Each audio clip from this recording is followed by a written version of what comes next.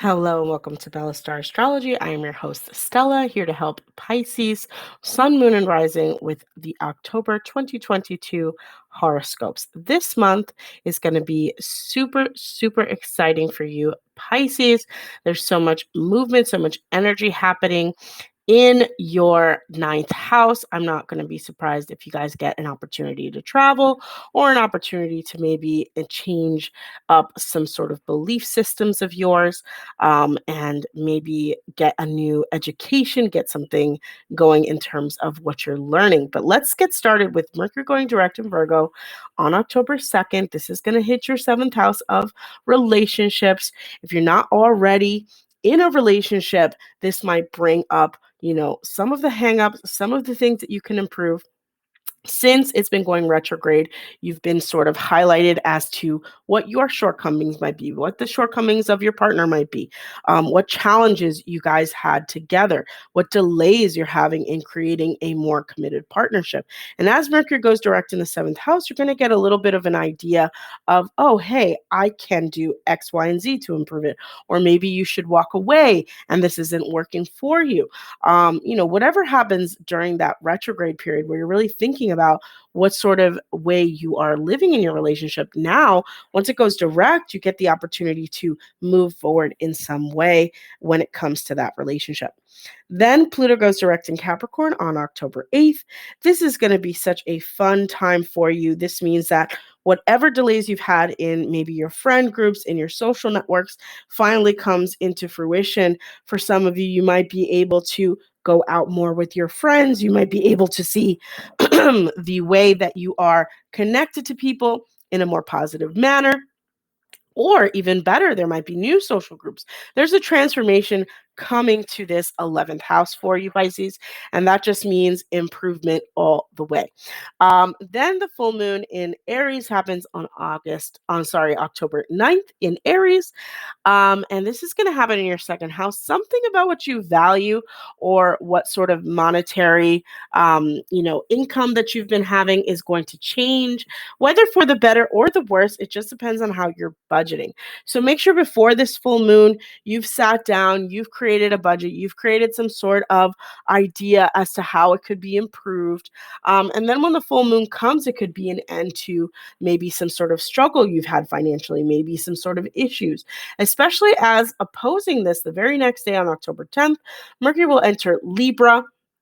This is just going to bring new ideas as how you can generate more money. Maybe there's a new position, a new job. Maybe there's a person that you can attract who can pay for things.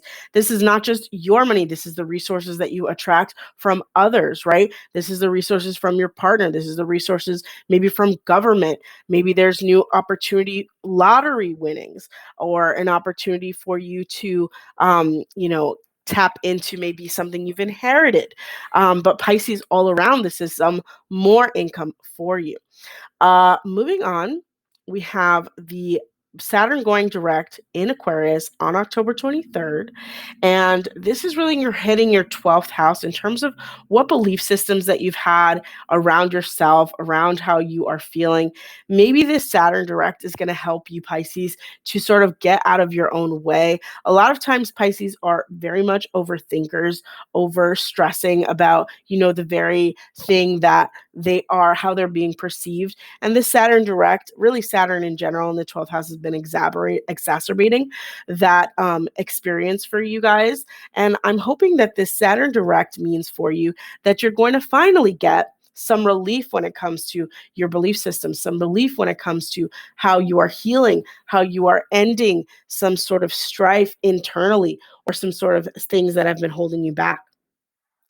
And that's going to be on probably the most important day, October 23rd, which is also happens to be the day that Venus and the Sun enter Scorpio. Now, this is going to be in square to that Saturn direct. So I'm thinking there's a lot of communication going on between your personal belief systems as well as your higher belief systems, the cultural belief systems, the way that you are, living your life, the philosophy of your life.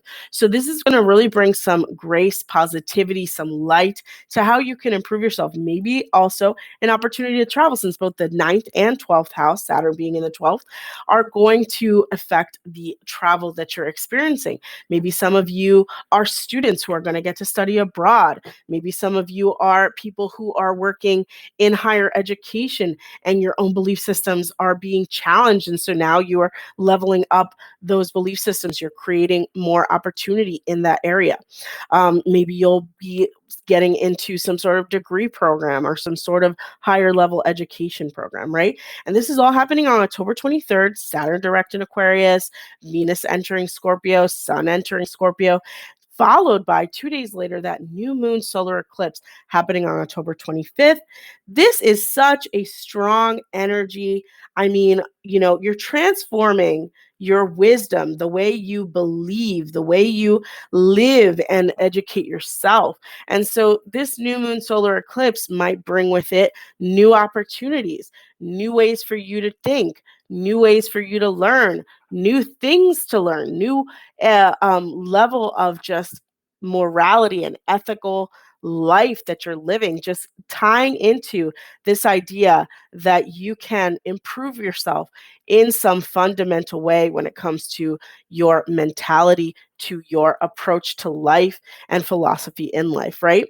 So hopefully this eclipse comes with it the opportunities to travel, the opportunities to explore, whether it's in your local community or internationally, you'll get to have some sort of cultural experience that expands you in some way with this new moon solar eclipse. And it'll go on for a while. So this will affect, up to 6 months, maybe even more, how you are approaching this part of your life.